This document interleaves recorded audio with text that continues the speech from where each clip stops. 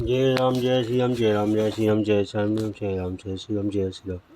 शस्त्र अध्यात्म रामायण बालकांड शस्त्र सर्ग धनुर्भंग। श्री राम जी का धनुष भंग करना तथा उससे पूर्व तेवत के द्वारा उनके चरण धोना और जनक जी के द्वारा सीता जी की उत्पत्ति कथा सुनाना और तीनों भाइयों से विवाह संपन्न होने का प्रसंग सुनाया जाएगा। मंगल भवन मंगल तवो सुत भाई जय राम जय श्री राम जय श्री राम। सूतोवास विश्वामित्रो प्रह राघव स लक्ष्मण दत्सो वत्स मिथिलो जनता नाभि पालिकां दश तट वरम पश्चाद्योध्या दत्तु महेशि इत्वाका प्रयोया गंगा मर्तुम स राघवा तस्मिन् काले नाविकेन निषिद्धो रघुनंदन।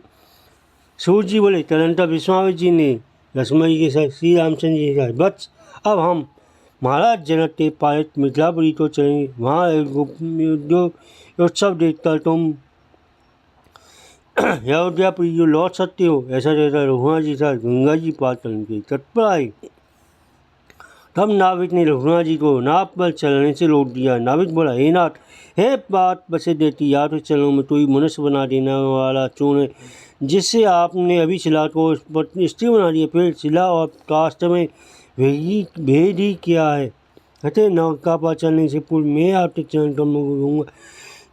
इस प्रकार चलने को मन नहीं करते मैं या तो श्री गंगा जी से उस पार ले चलूँगा, नहीं तो हे बहु हाथ चरण रचते स्वर से यदि मेरी नौका सुंदर युक्ति हो गई तो मेरे कुटुंब की आजीविका मारी जाएगी। ऐसा कहकर तेवत ने उनके चरण धोया, फिर गंगा जी के पार ले गया। वहाँ से राम और लक्ष्मण सहित श्री विश्वास जी मिथिलापुरी को चली। प्रातःकाल होते ही वे विजयनगर पहुँचता ऋषियों के निवास स्थान में चल रहे। उसी समय विश्वामित्र जी के आगमन की सूचना पर जनक जी अत्यंत प्रसन्न हो पूजन सामग्री लिए अपने पुरोहित के साथ वहाँ आए और शासन दंडवत प्रणाम कर उन्हें मुनिवर कौशिक जी की पूजा की। फिर शासक दूसरे सूर्य चंद्रमा के समान अपने तेज से संपूर्ण दिशाओं के विद्यमान करते हुए सब रक्षण संपन्न लघु कुमारों को देखकर पूछा हे देव वे देव पुत्रों के समान दो नल सारुल किससे पुत्र वे मेरे हृदय में इस समय नर और नारायण के समान प्रीति उत्पन्न करते हैं। तब मुनिवर विश्वामित्र जी ने महाराज जनक को आनंदित करते हुए प्रसन्नतापूर्वक कहा हे दोनों भाई राम और लक्ष्मण कौशल नरेश देशा जी के पुत्र मैं इन्हें अपनी अद्वितीय अच्छा की अयोध्या से ले आया था। मार्ग में आते समय मेरी प्रेरणा से इन अति प्रातमी रघुनाथ जी ने एक ही बार में विश्वधातनी ताटका को मार डाला। फिर मेरे आश्रम में पहुँचता मेरा यथ विध्वंस करने वाला स्वभाव आदि राक्षसों को मार डाला तथा माहेश्वर समुद्र में फेंक दिया। तदनंतर गंगा तट पर महर्षि गौतम जी पुनीत आश्रम में आए। वहाँ शिला रूप में स्थित गौतम पत्नी को देखता अपने चरण कमल के स्वर से उसे मनुष्य रूप बना दिया। लिया तो देखकर राम जी ने उसे नमस्कार किया, फिर उससे बड़ी पटा पूजा ग्रहण कर इस समय तुम्हारे यहाँ शंकर धनुष देने लिए आए। हमने सुना उस धनुष की तुम्हारे यहाँ बड़ी पूजा होती है। और सब राजा लोग उसे देख गए। हे राजन आप महादेव जी का वह उत्तम धनुष इन्हें खिलाइए। टोटी है उसे देखकर सीधी अपनी माता पिता से मिलने के लिए अयोध्या जाना चाहते हैं। मुनि और विश्वास जी थे ऐसे तनी धर्मज्ञ राजा जनक ने राम लक्ष्मण तो पूजने समझता उनकी विधि पूर्वक पूजा की। फिर अपने बुद्धिमान मंत्री को यह कहकर भेजा कि तुम सीधी श्री विश्वेश्वर धनुष लाकर श्री रामचंद्र जी को दिखलाओ। मंत्री के चले जाने में राजा ने श्री विश्वास जी था यदि रामचंद्र जी उस धनुष उठा तो उसकी टोटियों पर लौंडा चला दें तो उनसे मैं वो अपनी कन्या सीता विवाह दूंगा। तब विश्वास जी ने राम जी को देखते हुए मुस्कुराता था ठीक है आ सीधी वह धनुष अमित तेजस्वी रघुनाथ जी को दिखलाइए। मुनीश्वर तो ऐसे रहते ही बड़े बड़े बलवान 5000 धनुष वाहक उस धनुष से तो लेकर वहाँ पहुँचे। उस धनुष में से तो घंटियाँ बनी हुई थी तथा हीरे और मणियों आदि रत्नों से सुसज्जित था। तब परामर्शदाता में शेष उसमें उन मंत्री बोले राम को वह धनुष सिखलाया प्रशंसित राम जी ने उसे देखते हुए दृढ़ता से कमर कसकर उस धनुष को उठेलते हुए हाथ में उठा लिया और सब राजाओं के देखते देखते उस पर औंधा चला दिया। फिर सबके हृदय सर्वस्व भगवान राम ने अपनी दाएं हाथ से उस धनुष को थोड़ा सा खींचा और दसों दिशाओं गुंजायमान करते हुए तोड़ डाला। दिशा विदिशा सब लोग, स्वर्ग लोक, मृत्यु लोक, प्रसाद लारी समस्त पतालों में वह शब्द गूंज उठा। स्वर्ग लोक में देवताओं ने सौंप देते थे, वह एक बड़ा आश्चर्य हो गया। देवताओं ने पुष्प बरसात का भगवान को ढक दिया। धुंधुवी आदि बाजे बजाई और उनकी स्तुति की तरफ से नृत्य करने लगी। धनुष से दो खंड हुए देख महाराज जनक ने रघुनाथ जी का आलिंगन किया। अंत्यपुर के आनंद में से सीता जी की माताएं अत्यंत विस्मित हुई। तत्पश्चात सब लंका विभूषिता सुवर्ण बना सीता जी अपनी दाहिनी हाथ में सुवर्णमयी माला लिए मुंड मंड मुस्कुराती वहाँ आई। वे मुट्टा कर्ण फूल और झमझमाते पाजे वाली आभूषण से भूषित थीं। वह शरीर में अति उत्तम साड़ी पहने हुए थीं। सीता जी नम्रतापूर्वक नमस्कार मुस्कुराते हुए जय माला रामचंद्र जी के ऊपर डाल दी। डालकर प्रसन्न हुए। उस समय श्री रामचंद्र जी ने सर्वलंका विभूषित विभुवन मोहन रूप को झरोटों में से देखकर समस्त रानियाँ अति आनंदित हुई। श्री सर्वशास्त्रज्ञ महाराज जनक ने मुनिवर विश्वामित्र जी से कहा, हे मुनिवर कौशिक जी, आप तुरंत ही महाराज दशरथ जी के पास पत्र भेजिए। मैं कुमारों के विवाह उत्सव के सीधी पुत्र महिषी और बंटियों के साथ यहाँ पर आ रहे। तब विश्वामित्र जी ने बहुत अच्छा करता शीघ्रगामी दूतों को भेजा। दूतों ने जाता राजा सादुल दशरथ जी से रामदास तुलसी सेम कहा। उनसे रामचंद्र जी ने अद्भुत सत्य का वृत्तांत सुना था। महाराज दशरथ सुनकर महाराज दशरथ परमानंद में डूब गए। फिर अपने मिठापुरी के चलने के लिए सीतापुर चलते हुए मंत्रियों से कहा, हाथी घोड़े रथ पदाती सहित सब लोग मिथिलापुरी को चलो। मेरा रथ भी तुरंत ले आओ, देरी ना करो। मैं भी आज ही चलूँगा। अग्नियों के और अरुंधति के सहित मेरे गुरु मुनि श्रेष्ठ भगवान वशिष्ठ जी राम जी की माताओं को साथ लेकर आगे चले। इस प्रकार सबका टूट चला था। विशाल रथ पर आरूढ़ हो महर्षि राजर्षि दशरथ जी बड़े दलबल के साथ सीतापुर मिथिलापुरी को चले। रघुकुल तिलक दशरथ जी तो आए हुए सुनकर महाराज जनक हर्षपूर्वक पुरोहित शतानंद जी को उन्हें लेने गए और उन्हें पूजने राजा का यथोचित रीति से स्टार दिया।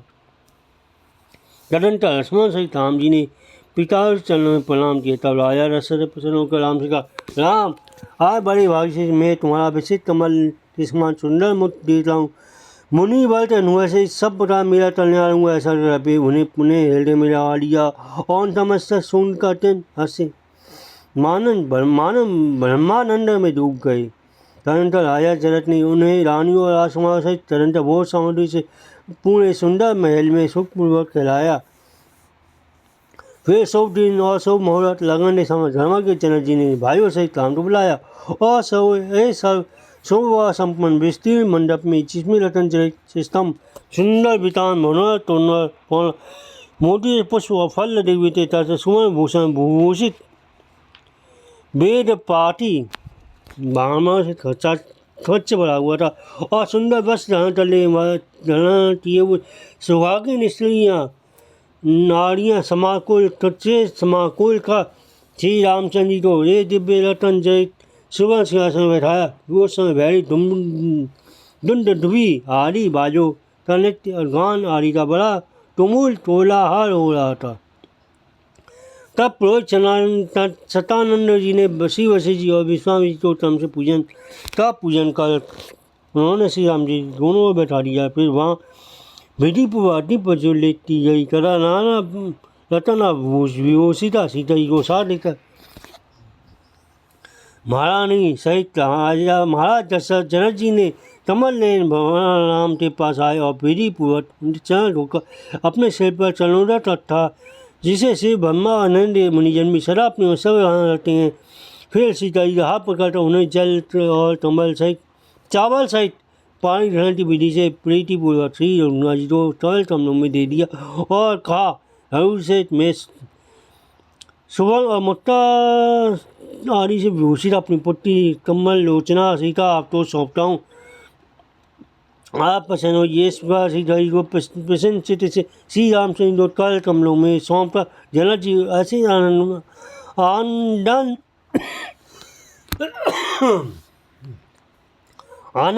आनंद मंगन हो गए जैसे शील सागर श्री विष्णु भगवान के तल कमलों में लक्ष्मी जो सौंपकर हुआ था। फिर उन्होंने प्रसन्न अपनी और सी कन्या उर्मिला लक्ष्मण जी को ब्याह दी और तथा अपने भाई की पुत्रियां मांडवी और सुशील के क्रम से भरत और शत्रुघ्न को दी। इस प्रकार शुभ लक्षण चारों भाई पत्नियों सहित साक्षात दूसरे लोकपालों के समान अपने प्रकार से सुशोभित हुए। तदनंतर मिथिलापति महाराज जनक ने पुत्री चांदी जी के विषय में नारद जी ने जो को सारा वैसव वृत्तांत वशिष्ठ जी और मुनि विश्वामित्र जी को सुनाया। वे बोले, एक बार मैं भूमि में शुद्धि गई हल जोत रहा था। उस समय मेरे हल के सीधा आत्मघात से यह सुलक्षण कन्या प्रकट हुई। उस समय मैं ऐसे देखकर इसमें मुझे पुत्रीवत प्रीति हुई, इसलिए मैंने इस चंद्रमुखी को अपनी प्रिय पत्नी को सौंप दिया। एक दिन जब मैं एकांत में बैठा हुआ था, मेरे पास महर्षि नारद जी अपनी महती नाम की बीना बजाते हुए सर्वव्यापक श्री हरि का गुण गाते हुए आए। मेरे पूजा सत्कार आदि कर चुटने पर वे सुखपूर्वक बैठकर प्रसन्नतापूर्वक बोले, राजन अपनी कल्याणता ताना लोग परम दुख रचन सुनो। परमात्मा हंसी के भक्तों पर तड़पा देवकाओं की चार सिद्धि रावण का वध करने माया मानव रूप से अवतीर्ण होकर राम नाम से विख्यात हुए। मैं परमेश्वर अपने 4 अंशों से दशरथ के पुत्र होकर अयोध्या में रहते हैं और इधर योग माए तुम्हारे यहाँ सीता के रूप में जन्म लिया।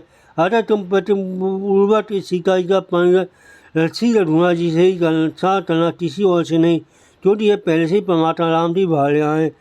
ऐसा रहता देवश्री नारद जी आकाश मार्ग से चले गए। तब से मैं इस सीता को श्री विष्णु भगवान की भार्या रश्मि समझता हूँ। फिर ऐसे सोचते हुए थी सुलक्षणा जानती जी को किस प्रकार रघुनाथ जी को दूँ। मैंने एक युक्ति विचारी। पूर्व काल में देव महादेव जी ने त्रिपुरासुर को भस्म करने के अनंतर यह धनुष मेरे दादा के यहाँ धरोहर के रूप में रखा था। मैंने विचार सोचकर कि सीता के प्राणी सबके धर्मनाशक धनुष को ही पुनः बनाना चाहिए। वैसा ही किया। हे मनीष, आज की कृपा से यहाँ कमल नयन भगवान राम धनुष देखने आ गए और इससे मेरा मनोरथ सिद्ध हो गया। हे राम, आज मेरा जन्म सफल हो गया। जो मैं सूर्य समान देवितमान और सीता के साथ एक आसन पर विराजमान आपको देखता हूँ। पाओ आपके चरणोदक को सिर पर धारण करते ही ब्रह्मा जी सृष्टि चक्र के प्रवर्तक हुए। आपके चरणोदक के प्रताप से बलि को इंद्रपद प्राप्त हुआ। आपकी चरण धूलि से स्पर्श अहल्या तुरंत पाती के हिसाब से मुक्त हो गई।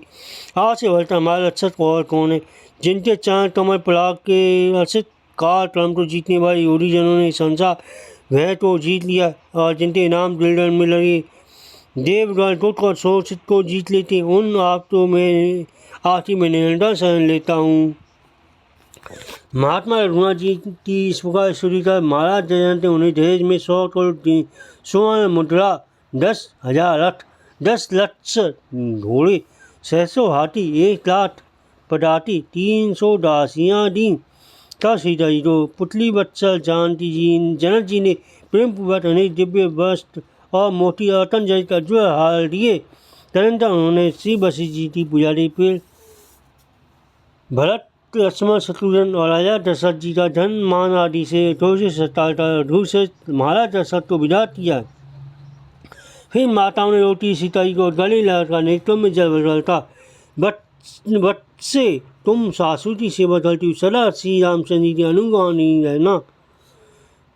पतिव्रत धर्म का अवलंबन कर सुखपूर्वक रहना। तदनंतर रघुकुल तीरथ रघुनाथ जी के कोष करते समय भेड़ी, मदन, आनत, कुल आदि वाले घोष आकाश में देवता के बजाए हुए भेड़ी, झांझ और कुल आदि के शब्द मिलकर प्राणियों को भय उपजाने वाला हुआ। प्रयाण काले रुणस्य भेड़ी, मदन, नृत्य टोळे ढोस सर्वा भुई भेरी धन टोळे सौदे समूर्छितो भूत भयंकरो भूत इति श्रीमद्अध्यात्मरामायण संवादे बालकांडे षष्ठम सर्ग। ओम नमो जय राम जय श्री राम जय राम जय श्री राम जय राम जय श्री राम जय श्री राम।